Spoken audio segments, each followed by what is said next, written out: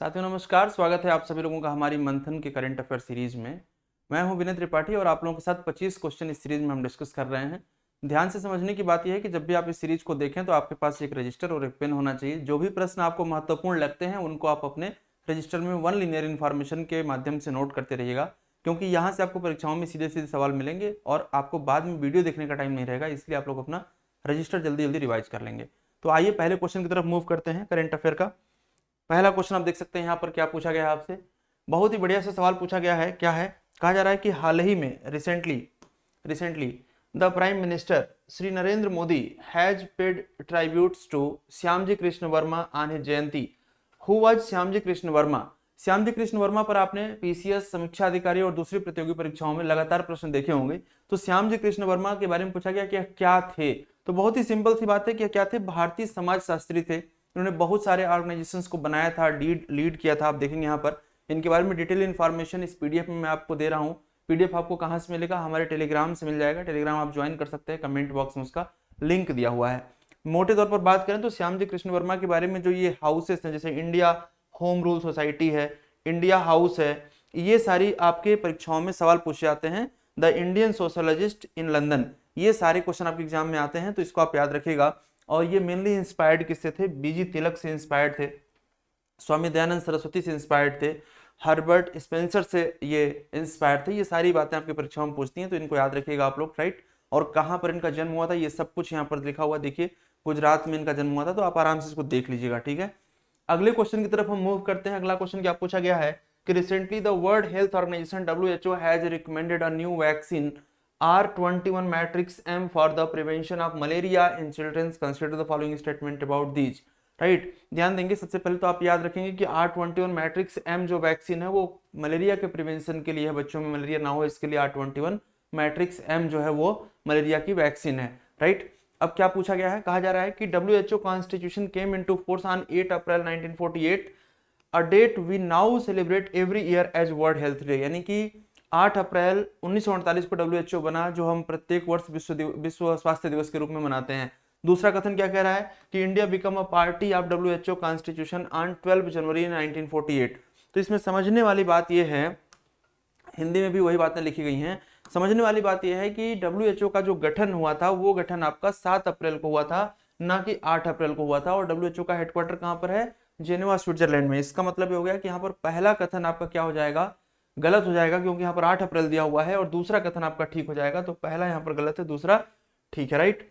तो ये बातें आपको ध्यान में रखनी है कि पहला गलत हो गया और दूसरा सही हो गया। तो इस प्रकार से दूसरा क्वेश्चन आपने देखा, करंट अफेयर के माध्यम से स्टैटिक को टारगेट किया गया है। ऐसे ही आपकी परीक्षाओं में भी प्रश्न आएंगे, ठीक है ना। नेक्स्ट हम देखेंगे अगला क्वेश्चन नंबर 3 क्या कह रहा है। बहुत ही आसान सा सवाल है कि आईसीसी ने पुरुष क्रिकेट विश्व कप 2023 के लिए किसे वैश्विक ब्रांड एम्बेसडर नामित किया है? तो वैश्विक ब्रांड एम्बेसडर नामित किया है सचिन तेंदुलकर को। याद रखिएगा, काफी अहम सवाल है, ये आ सकता है आईसीसी 2023 को लेकर के। तो ये देख सकते हैं आप, सचिन तेंदुलकर को क्या नामित किया गया है? ब्रांड एम्बेसडर नामित किया गया है, ठीक है। ये पूरी लिस्ट है कि कब कब कौन सी कंट्री ने वर्ल्ड कप जीता है। यहाँ पर आप देख सकते हैं 1983 में कपिल देव साहब को आप देख रहे हैं, 2011 में आप देख रहे हैं कि यहाँ पर बीच में लोग सचिन को उठाए हुए हैं। तो ये पूरा आप यहाँ पर देख सकते हैं कि इंडिया का ये वर्ल्ड कप और बाकी सारे देशों का भी दिया हुआ, आप आराम से इसको देख लीजिएगा। हम क्वेश्चन नंबर 4 की तरफ बढ़ते हैं। क्वेश्चन नंबर 4 क्या कह रहा है कि हाल ही में कैबिनेट ने अंतर राज्य नदी जल विवाद, inter state river water dispute अधिनियम 1956 के तहत कृष्णा जल विवाद न्यायाधिकरण सेकेंड के संदर्भ में कुछ शर्तों को मंजूरी दे दी है। ISRWD का पूर्ण रूप क्या है? तो सबसे पहले तो आपको ये बता दें कि जो इंटर रिवर वाटर डिस्प्यूट वाला पूरा सिस्टम है, ये आर्टिकल 262 ऑफ इंडियन कॉन्स्टिट्यूशन में मेंशन है कि ऐसे जो ट्रिब्यूनल्स हैं उनको बनाने का पावर पार्लियामेंट के पास है। आई रिपीट अगेन, ऐसे ट्रिब्यूनल्स को बनाने का पावर पार्लियामेंट के पास है अंडर आर्टिकल 262। कौन से आर्टिकल में भाई? 262 में, 262 में। अब यहाँ पर अलग अलग नदियों पर जो विवाद है अलग अलग राज्यों के बीच में, उसको लेकर के ट्रिब्यूनल्स बनाए जाएंगे। तो कृष्णा रिवर को लेकर के जो पूछा गया है, याद रखना है कि कृष्णा जल विवाद न्यायाधिकरण सेकेंड ये बना था 2004 में। कब बना था? 2004 में। इसका फुल फॉर्म पूछा गया है ISRWD का, तो इसमें कुछ करना नहीं है। इंटर स्टेट IS हो गया, रिवर वाटर डिस्प्यूट RWD हो गया, ठीक है ना। ये आपका आंसर हो जाएगा सी वाला। इसके बाद आगे देखेंगे, ये सारा डिटेल यहाँ पर दिया कि पार्लियामेंट ने किस वर्ष पारित किया था, तो 1956 में पारित किया था आर्टिकल 262 का प्रयोग करते हुए, ठीक है ना। होमवर्क में आप जितनी भी कमेटीज हैं सेंटर स्टेट रिलेशन से संबंधित, वो सारी कमेटी, सरकारी आयोग हो, राजमन्नार समिति हो, पुंछी कमीशन हो, जितनी भी समितियां और आयोग बने हुए हैं वो सब आप एक बार क्रोनोलॉजी में देख लीजिएगा। ठीक है, आगे बढ़ते हैं अगले क्वेश्चन की तरफ। देखेंगे अगला क्वेश्चन क्या है, ये पूरा मैप दिया हुआ, मैप आप आराम से देखेंगे कृष्णा रिवर को लेकर के।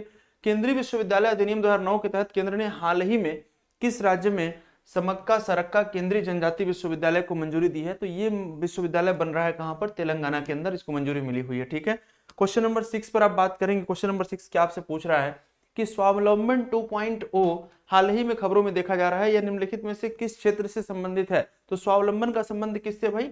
रक्षा क्षेत्र से है, याद रखेंगे इसको, स्वावलंबन 2.0 रक्षा क्षेत्र से है। ठीक है ना, ये आप देख सकते हैं इस प्रकार से, जो डिफेंस पर्सनल्स हैं उनकी मीटिंग है, देखने से आप क्लियर होगा कि रक्षा क्षेत्र से संबंधित है। ठीक है, इसके बाद देखिए क्वेश्चन नंबर 7 क्या कह रहा है। क्वेश्चन नंबर 7 कह रहा है कि अभी the government of the state of Bihar, हाल ही में गवर्नमेंट ऑफ बिहार ने एक release find out caste survey का किया है 2023 का। इसके बारे में आपको निम्नलिखित कथनों पर विचार करना है। The origin of the census in India goes back to the colonial exercise of 1881। Lord Ripon का टाइम था, बिल्कुल करेक्ट आंसर है, स्टेटमेंट पहला ठीक है।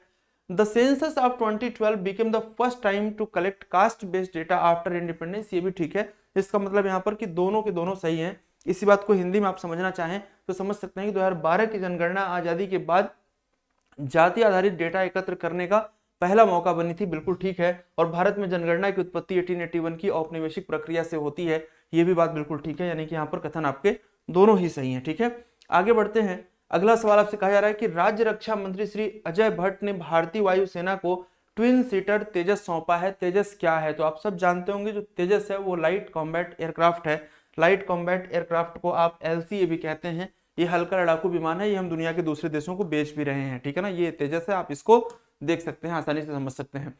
अगला क्वेश्चन बहुत ही बढ़िया है, क्योंकि जब तक किसानों को हम कंसीडर नहीं करेंगे, मेन स्ट्रीम में नहीं जोड़ेंगे, उनकी आय को नहीं बढ़ाएंगे, तब तक भारत समृद्ध कैसे होगा? इसी बात को ध्यान में रखते हुए देखिए, मत्स्य पालन, पशुपालन और डेयरी मंत्रालय, भारत सरकार ने विश्व पशु दिवस 2023 किस तारीख को मनाया? तो किस तारीख को मनाया? 5 अक्टूबर 2023 को ये मनाया गया है, याद रखेंगे आप सब लोग। राइट, यदि आप इस चैनल पर पहली बार देख रहे हैं तो आप चैनल को सब्सक्राइब जरूर करिए, जिसके माध्यम से हम आपको ढेर सारी इंफॉर्मेशन आप तक टाइमली पहुंचा पाएंगे। और यदि आपको लगता है कि ये वैल्यूएबल कंटेंट है तो आप इसे शेयर भी जरूर करें एज मच एज पॉसिबल। ठीक है, आगे बढ़ते हैं। अगला क्वेश्चन देखिए क्या पूछा गया है, हिंदी में दिखाते हैं आपको। कहा जा रहा है कि जनगणना 1951 और जनगणना 2001 के बीच भारत की जनसंख्या का घनत्व 3 गुना से अधिक बढ़ गया है। और फिर कहा जा रहा है कि जनगणना 1951 और जनगणना 2001 के बीच भारत की जनसंख्या की वार्षिक वृद्धि 2 गुनी हो गई है। ठीक है, तो ये क्वेश्चन मैं अगली क्लास में आप लोगों के साथ एक पूरा डिटेल डेटा के साथ रखूंगा, तब तक के लिए आप लोग इस पर सेल्फ रिसर्च करते रहिए। मतलब ये क्वेश्चन आप सेल्फ स्टडी से समझने की कोशिश करिएगा, और मैं डिटेल डेटा के साथ ये इसका आंसर आपको अगली बारी अगली क्लास में बताऊंगा। ठीक है, चलिए क्वेश्चन नंबर 11 देखिए क्या पूछा जा रहा है। क्वेश्चन नंबर 11 कह रहा है, recently union minister for tribal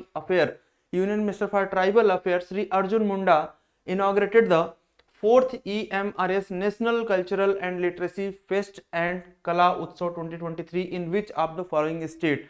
so correct answer is Telangana. क्या आंसर हो जाएगा भाई? तेलंगाना में राष्ट्रीय सांस्कृतिक और साहित्यिक उत्सव और कला उत्सव 2023 का उद्घाटन किया गया है। ठीक है ना, नेक्स्ट क्वेश्चन आप देखेंगे, बहुत ही बढ़िया सवाल है। पहले इंग्लिश में पढ़ देते हैं, फिर उसके बाद हिंदी में समझाते हैं आपको क्या पूछा गया है। कहा जा रहा है कि recently the Mahatma Gandhi National Rural Employment Guarantee Act MG NREGA as foundational component of India social welfare initiative has been narrated by the president concern regarding the high incidence of corruption, consider the following statement. MNREGA के बारे में आपको निम्नलिखित कथनों पर विचार करना है। क्या है कथन?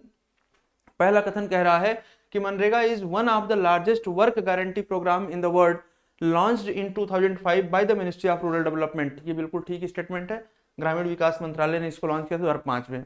Section 17 of the MNREGA has mandated social audit of all works executed under the MNREGA.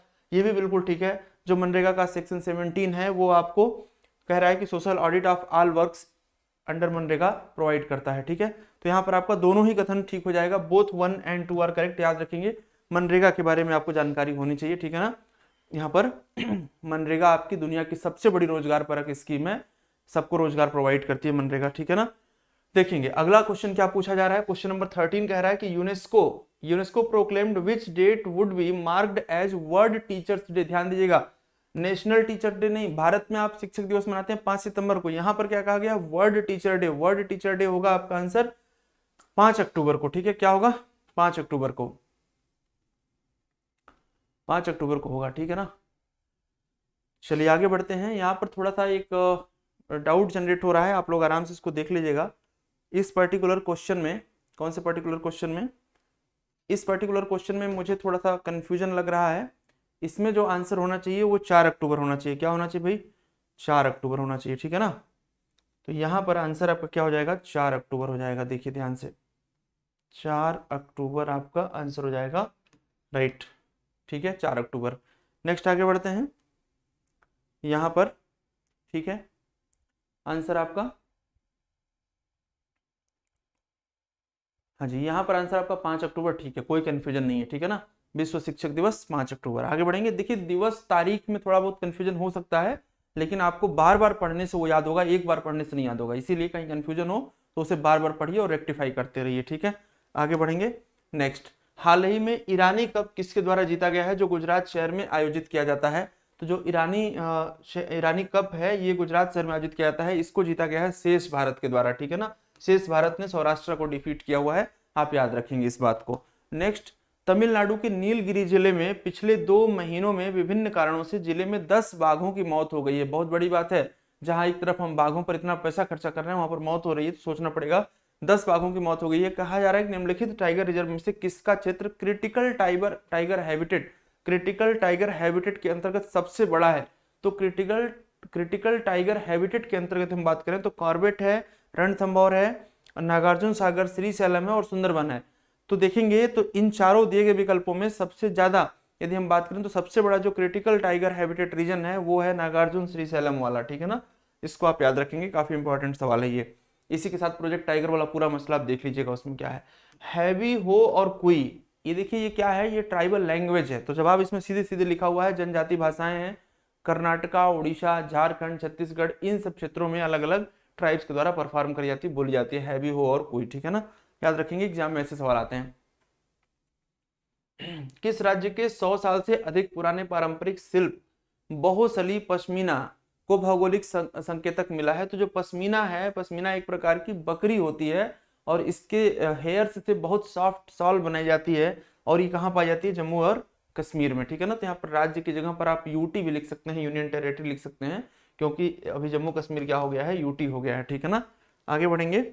अगला क्वेश्चन देखिएगा, निम्नलिखित में से किसे रसायन विज्ञान में 2023 का नोबेल पुरस्कार नहीं मिला है, ठीक है ना। तो 2023 का जो रसायन विज्ञान का नोबेल पुरस्कार है वो क्वांटम डॉट के लिए दिया गया है। पीछे भी हमने करंट अफेयर में क्वांटम डॉट के बारे में बहुत बार बातें करी हैं। आने वाला जो जमाना है वो क्वांटम कंप्यूटिंग का ही है, आप सब लोग जानते हैं।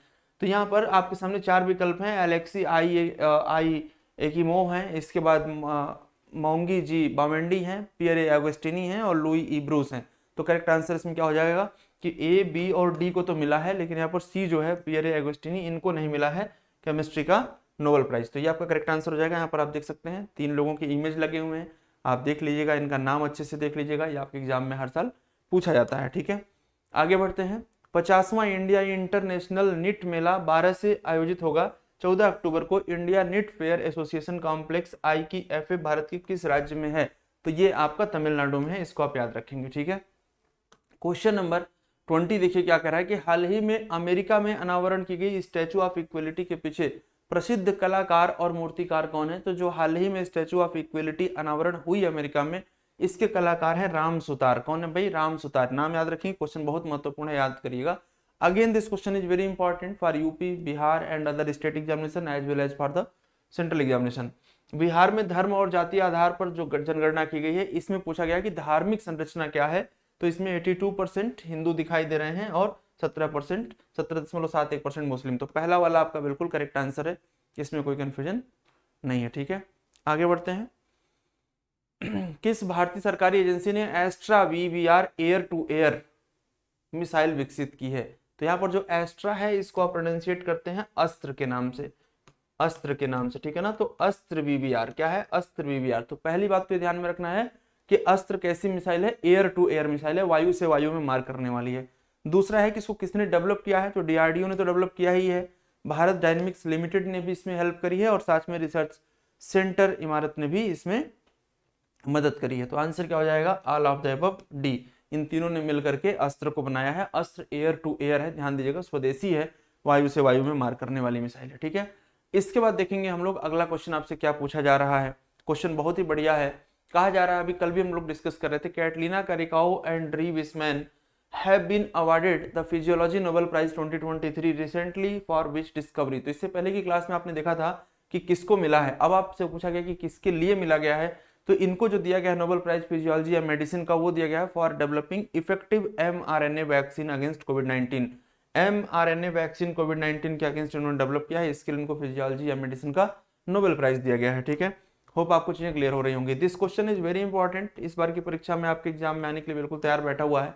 हाल ही में उत्तर प्रदेश के किस शहर में भारतीय भाषा उत्सव का आयोजन किया गया है? वाराणसी, लखनऊ, इलाहाबाद, नोएडा। आंसर होगा Lucknow. Lucknow is the correct answer. ठीक है, आफ्टर दैट, एक राष्ट्रीय रिपोर्ट के अनुसार भारत के किस राज्य में महिलाओं की जीवन प्रत्याशा सबसे अधिक है? तो इस राष्ट्रीय रिपोर्ट के अनुसार महिलाओं की जो जीवन प्रत्याशा है वो कहां पर सबसे अधिक है? केरला में है। तो साथियों, ये थे हमारे 25 क्वेश्चन आज के। जैसा कि आप जानते हैं कि हमारे इस YouTube चैनल पर रात को 9 बजे या दिन में 2 बजे टाइम होता है करंट अफेयर के पढ़ाने का। करंट अफेयर हम मैक्सिमम लाइव क्लास लेते हैं, बट कभी कभी किसी कारण से यदि लाइव नहीं हो पाई तो वो आपको प्रीमियर फॉर्म में मिल जाएगी। आप चाहें तो प्रीमियर देखें, चाहें तो रिकॉर्डेड देखें, लेकिन देखें तो नोट्स जरूर बनाएं। नोट्स बनाने के बाद, वीडियो देखने के बाद हमें कमेंट जरूर करें कि आपको क्लास कैसी लग रही, समझ आ रहा है नहीं, अच्छे क्वेश्चन मिल रहे हैं नहीं, क्वेश्चन में कोई सुविधा असुविधा है। जो भी आपका फीडबैक है हमें कमेंट में आप जरूर बताएं। साथ में बने रहें, सब्सक्राइब करें और शेयर करते रहें। और इसके अलावा एक बात और भी है कि जब भी आप हमारे इस प्लेटफॉर्म से जुड़े हैं तो आप हमारा एप्लीकेशन जरूर डाउनलोड करें। जीएस फोरम ऑफिशियल ये एप्लीकेशन है। जो पीडीएफ आपको करंट अफेयर में देखने को मिल रही है, ये पीडीएफ आपको विथ एनोटेशन वहां पर डेट वाइज मिल जाएगी, वहां से जाकर के आप डाउनलोड कर सकते हैं। इसके अलावा भी बहुत सारी चीजें आपको वहां पर मिलती हैं जो यूपीपीसीएस और समीक्षा अधिकारी के लिए काफी महत्वपूर्ण है। तो हमारे साथ बने रहने के लिए आपको बहुत बहुत धन्यवाद। ढेर सारी शुभकामनाएं आपको अग्रिम भविष्य की सफलताओं के लिए। शुभ रात्रि, धन्यवाद, नमस्कार।